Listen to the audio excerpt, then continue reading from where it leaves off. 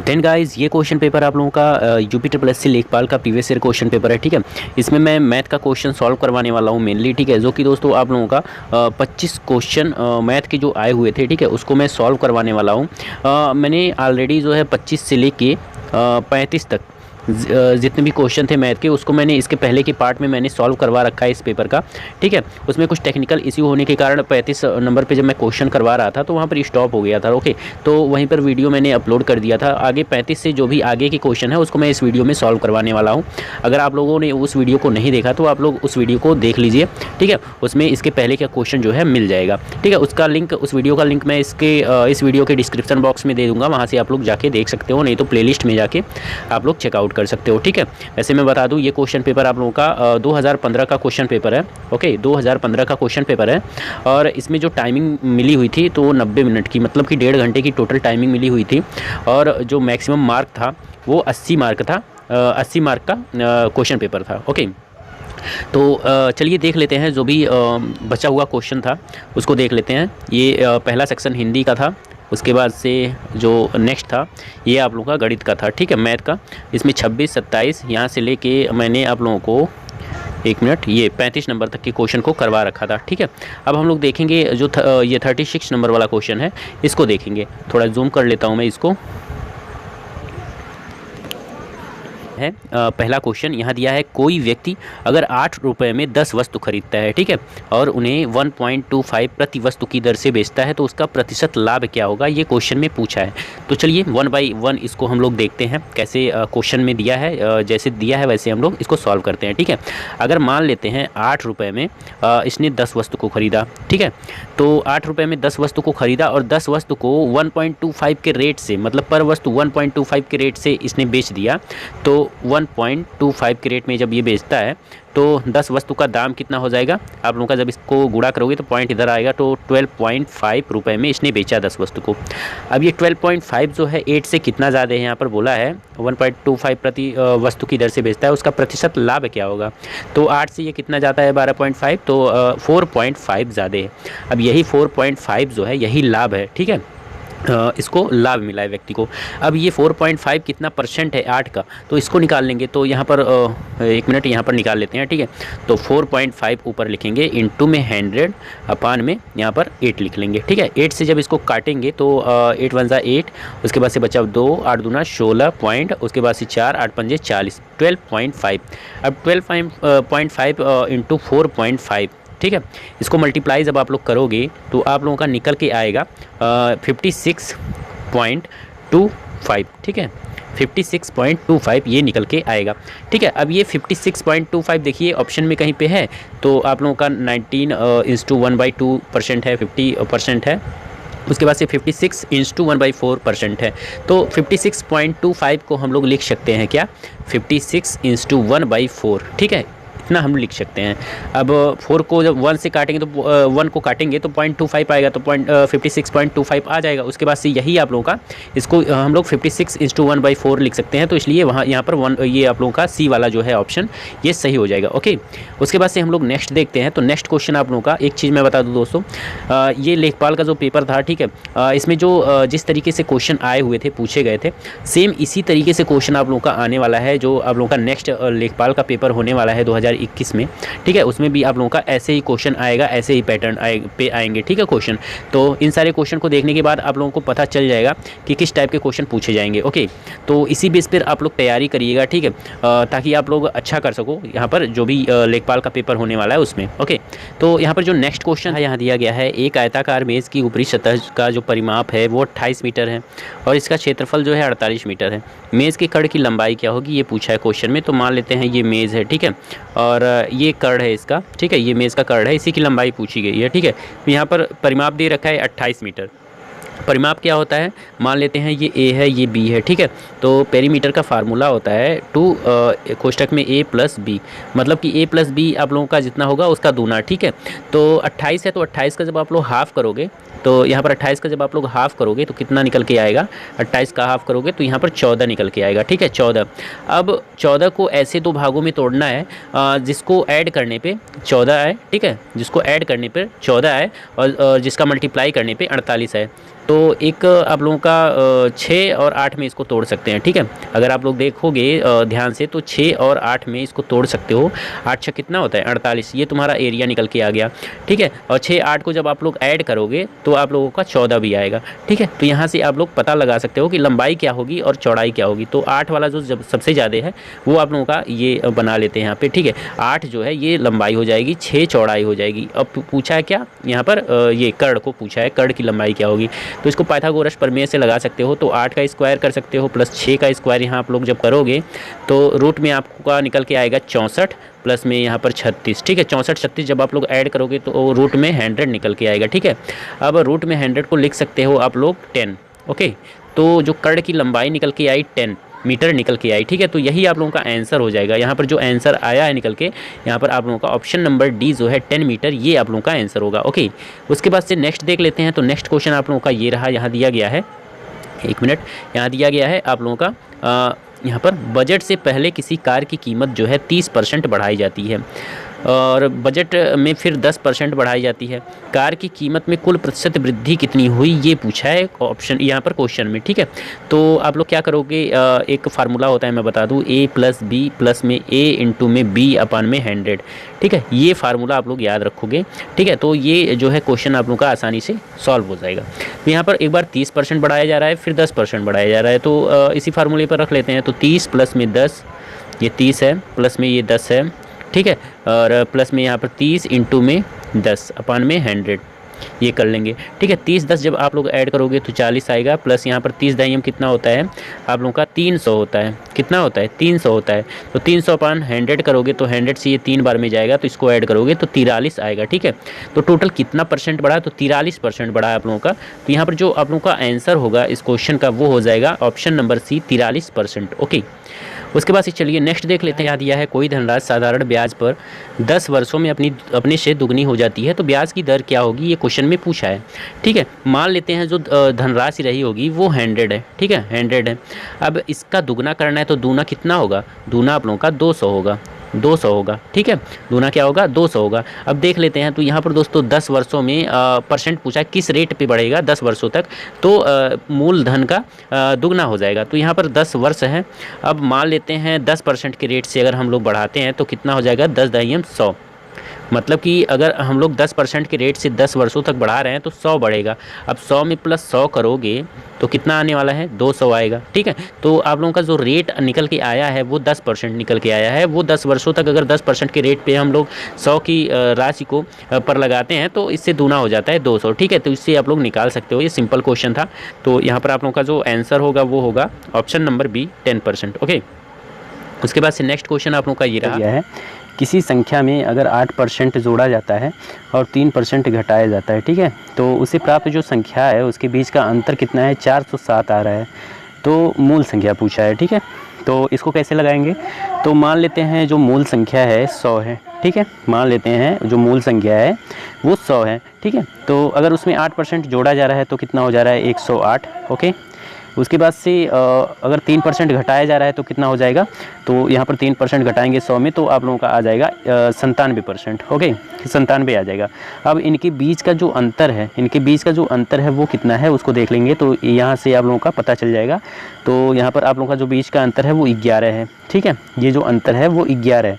तो एक्चुअल में ये 11 ना होके कितना है, यहाँ पर दिया है 407 है, ठीक है, 407 है। अब 11 से कितना गुना ज़्यादा है, तो 11 से ये आप लोगों का 37 गुना ज़्यादा है, ठीक है। कितना है 37 गुना ज़्यादा है। तो यहाँ पर 37 गुना ज़्यादा है। तो यहाँ पर पूछा है मूल संख्या क्या होगा, ठीक है। तो 100 में भी आप लोग इंटू 37 करोगे तो कितना आ जाएगा आप लोगों का, आप लोगों का आ जाएगा 3700, ओके। 3700 आप लोगों का मूल संख्या निकल के आ जाएगा, ओके। तो ऑप्शन में चेक कर लीजिए कहीं पे है, तो ऑप्शन में आप लोगों का ये रहा, यहाँ पर ऑप्शन नंबर बी आप लोगों का बिल्कुल करेक्ट आंसर हो जाएगा, ठीक। उसके बाद से चलिए नेक्स्ट देख लेते हैं। देन गाइज नेक्स्ट क्वेश्चन आप लोगों का ये रहा, यहाँ दिया गया है यदि किसी धनराशि पर ब्याज जो है 1 पैसा प्रति रुपया प्रति माह हो तो वार्षिक ब्याज दर का प्रतिशत क्या होगा, ठीक है। मान लेते हैं अगर जो रुपया है वो 100 है, ठीक है। इस पर जो ब्याज लग रहा है वो 1 पैसा लग रहा है, ठीक है, मतलब 1 रुपया, 1 पैसे को रुपये में मान लेते हैं ना, तो 1 रुपया आप मान लेते हैं, तो 1 रुपये का 1 पैसा था, तो यहाँ पर 100 मान लेते हैं ना, 100 को, तो यहाँ पर 1 रुपया मान लेते हैं। ठीक है, 1 रुपये प्रति जो है माह हो रहा है खर्चा।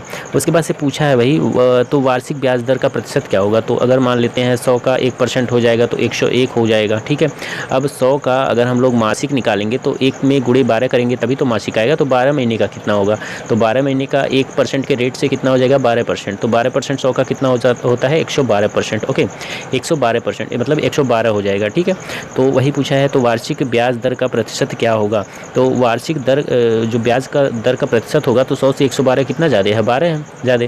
ठीक है, तो ये 100 का कितना परसेंट है, तो यहाँ पर 12% ही होगा ना, 12%। तो यहाँ पर आप लोगों का जो करेक्ट आंसर होगा, आप लोगों का ये आप लोगों का हो जाएगा। ठीक है, 12%। ठीक है, ऑप्शन नंबर सी जो है ये करेक्ट हो जाएगा। ओके, नेक्स्ट रहा आप लोगों का ये क्वेश्चन। ठीक है, यहाँ पर दिया गया है एक त्रिभुज दिया गया है ABC। ओके, तो यदि जो A है इसको A मान लेते हैं, इसको B मान लेते हैं, इसको C मान लेते हैं, तो A दिया है 90 डिग्री। ओके, 90 डिग्री दे रखा है।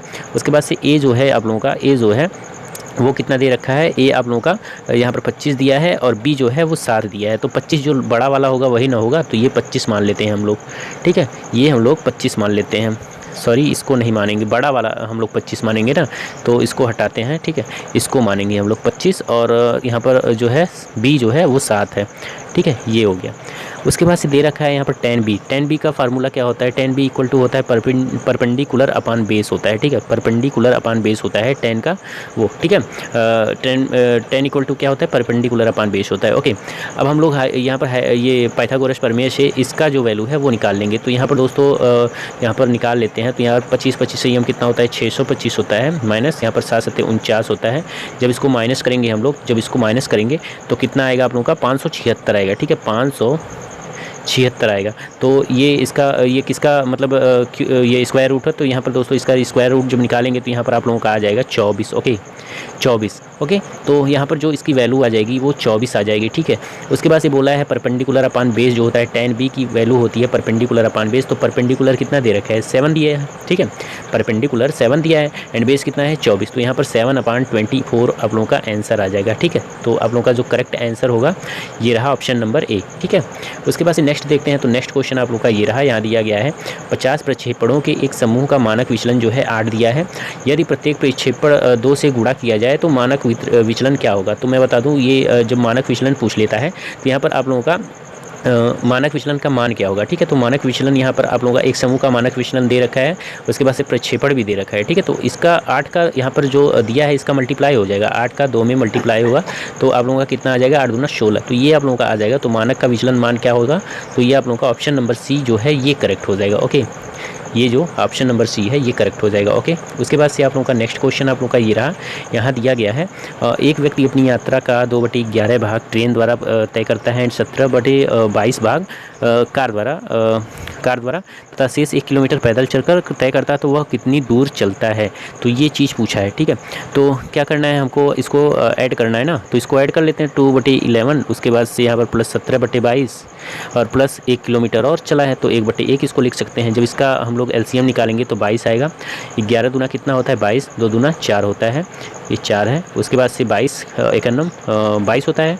उसके बाद से ये 17 था, 1 17 17 होगा। उसके बाद से प्लस 1 22 22 और 22 एकन्नम 22 हो जाएगा। ठीक है, तो ये जो है पैदल चलने वाला ये दूरी है। ठीक है, ये जो है पैदल चला था ना 1 किलोमीटर, तो 1 न चल के ये 22 जो है वो पैदल चलेगा। तो यहाँ पर लास्ट में दिया है वह कितनी दूर चलता है। ठीक है, वह कितनी दूर चलता है, तो जो दूरी है वो चल के जो तय करेगा वो 22 जो है किलोमीटर चल के तय करेगा। ठीक है, तो यहाँ पर ऑप्शन नंबर जो आप लोगों का ये है ऑप्शन नंबर A जो है ये बिल्कुल करेक्ट आंसर है इस क्वेश्चन का। ओके, नेक्स्ट देख लेते हैं। तो नेक्स्ट आप लोगों का ये बहुत ही जी क्वेश्चन था। ठीक है, यहाँ दिया है x के किस मान के लिए निम्नलिखित आंकड़ों का बहुलक जो होगा 27 होगा।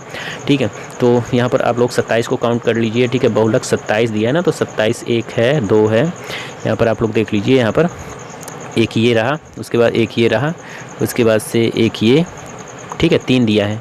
और यहाँ पर अगर हम लोग 25 को देखें तो ये भी 3 बार दिया है। 25 को देखें तो ये भी 3 बार, तो बहुलक 27 होगा। 27 के बहुलक के लिए हमको x की वैल्यू जो है उसको भी 27 करना पड़ेगा, तब ये 4 बार होगा। 25 3 बार है, जो सबसे ज़्यादा बार दिखता है वही बहुलक होता है, तो x की वैल्यू भी 27 होगा। ठीक है, तो यहाँ पर आप लोग का जो करेक्ट आंसर निकल के आएगा वो होगा option number C 27। Okay, next आप लोगों का ये रहा, यहाँ दिया गया है अगर कोई काम है, किसी काम में एक पुरुष एक महिला से दुगना तेज, मतलब एक मेल है एक फीमेल है, ठीक है, और यहाँ पर दुगना तेज है, उसके बाद से और एक महिला एक लड़के से दुगनी तेज है। मान लेते हैं यहाँ पर चाइल्ड भी है, मान लेते हैं चाइल्ड एक काम करता है, ठीक है, उसके बाद से यहाँ पर महिला जो है लड़के से दुगना है, तो महिला जो है वो दुगना लड़के से दुगना है तो 2 हो जाएगा, और यहाँ पर दिया है पुरुष एक महिला से दुगना, मतलब पुरुष जो है ये महिला से भी दुगना है तो ये 4 हो जाएगा। ओके, तो हमारा जो रेशियो निकल के आ गया 4:2:1। ओके, ये निकल के आ गया। उसके बाद से दिया है यदि सभी अर्थात एक पुरुष एक महिला और एक लड़का मिलकर किसी काम को 4 दिनों में पूरा कर सकते हैं तो एक लड़का अकेले उस दिनों कितने दिनों में वो काम पूरा करेगा। ठीक है, ये क्वेश्चन में दिया है। ठीक है, तो इसको कैसे हम लोग सॉल्व करेंगे, तो इसको सॉल्व करने का एक तरीका होता है दोस्तों, जो 4 है, ठीक है, 4 + 2 + 1, 4 2 6, 1 7 होता है ना, तो इसको ऐड कर लेंगे तो 7 हो जाएगा। ये 7 हो गया ऐड करने के बाद, ठीक है, इसको ऐड किए तो 7 हो गया। अब कितने दिनों तक काम कर रहे हैं सब मिल के, तो 4 दिन तक, तो यहाँ पर 4 दिन से 4 से मल्टीप्लाई कर लेंगे तो टोटल काम निकल के आ गया 28। कितना निकल के आ गया 28। ओके, यहाँ पर 28 निकल के आ गया, तो यहाँ पर जो लड़के का जो क्षमता है वो एक दिन में एक ही काम कर रहा है, तो 28 दिन में कितना काम करेगा, तो 28 काम करेगा। ठीक है, 28 दिन में कितना काम करेगा, तो 28 काम करेगा। तो यहाँ पर इसको ये काम है ना, 28 काम है, ठीक है, तो एक दिन में एक काम कर रहा है, तो आप लोगों का 28 काम कितने दिनों में करेगा, तो ये /1 करेंगे तो = निकल के आएगा 28। ठीक है, 28 दिनों में ये काम करेगा। ठीक है, जो बच्चा है। अगर वहीं पे पूछा होता ये फीमेल मतलब वुमेन कितने दिनों में काम करेगी, तो /2 करते तो आप लोगों का निकल के आ जाता 2 × 2 और 2 × 4 8, 14 दिन में। ठीक है, 14 दिन में ये काम करता। ओके, अगर इसका पूछता तो 4 से ये इसको डिवाइड करते तो 7 × 4 = 28, 4 दिन में इसका यहाँ पर 7 दिन में निकल के आता। ठीक है, /4 करते हैं तो 7 दिन का मेल का निकल के आता, इसका 7, इसका आप लोगों का निकल के आता, यहाँ पर 2 था तो यहाँ पर 14 निकल के आता और इसका निकल के आता 28। ठीक है, तो बच्चे का पूछा तो 28 होगा। ओके, तो यहाँ पर जो करेक्ट आंसर निकल के आया है वो है 28, तो यहाँ पर ऑप्शन नंबर बी बिल्कुल करेक्ट आंसर है।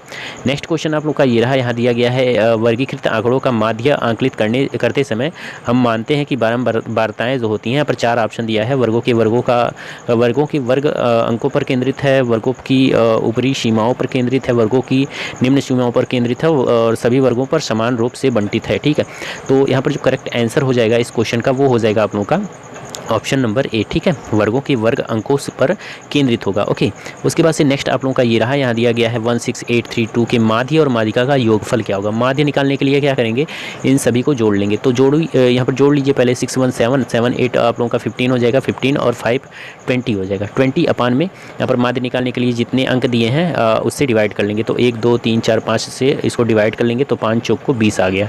ठीक है, तो जो माध्य निकल के आया वो कितना निकल के आया 4। ओके, इसको ध्यान में रखिएगा। माध्यिका निकालने के लिए क्या होता है, या तो इसको असेंडिंग ऑर्डर में या तो डिसेंडिंग ऑर्डर में इसको सेट करेंगे। ठीक है, उसके बाद से माध्यिका निकलता है, तो इसको सेट कर लेते हैं। तो यहाँ पर पहले 1 है, फिर 2 है, फिर 3 है, उसके बाद से आप लोगों का 6 है, फिर 8 है। ओके, तो जो माध्यिका निकल के आया जो बीच में, ठीक है, ये 3 निकल के आया, तो आप लोगों का माध्यिका आप लोगों का आ गया 3। ओके, तो यहाँ पूछा क्या है, माध्य और माध्यिका का योगफल, तो 4 और 3 को जोड़ेंगे तो कितना आ जाएगा, 4 + 3 = 7 आ जाएगा। ओके, तो यहाँ पर ऑप्शन में देख लीजिए, ऑप्शन में आप लोगों का है, तो यहाँ पर ऑप्शन नंबर ए जो है बिल्कुल करेक्ट आंसर हो जाएगा। उसके बाद से जो लास्ट क्वेश्चन है मैथ का वो है आप लोगों का, यहाँ दिया है 60 लीटर मिश्रण में अम्ल और पानी का अनुपात जो है 2:1 है। इसमें कितना लीटर पानी मिलाया जाता है कि अम्ल और पानी का अनुपात जो है 1:2 हो जाए। ठीक है, पहले कितना था, एसिड और वाटर का जो अनुपात था वो पहले कितना था, 2:1 था। उसके बाद से पानी मिलाने के बाद कितना अनुपात हो गया, तो यहाँ पर 1:2 हो गया। ठीक है, हम लोग जानते हैं दोस्तों एसिड जो है वो कभी नहीं बदलता, जो है पानी जब भी बदलेगा तो पानी बदलेगा, तो एसिड को सिम कर लेंगे तो ऊपर 2 है तो यहाँ पर भी नीचे भी 2 से मल्टीप्लाई कर लेंगे, तो × 2 यहाँ पर भी करेंगे, × 2 यहाँ पर भी करेंगे, तो आप लोगों का जो रेशियो निकल के आएगा वो आ जाएगा 2 यहाँ पर आ जाएगा, उसके बाद से यहाँ पर 4 आ जाएगा, 4 आएगा। ठीक है, 2:4 आ जाएगा। ओके, अब जो है एसिड और एसिड का जो रेशियो है वो सेम निकल के आ गया।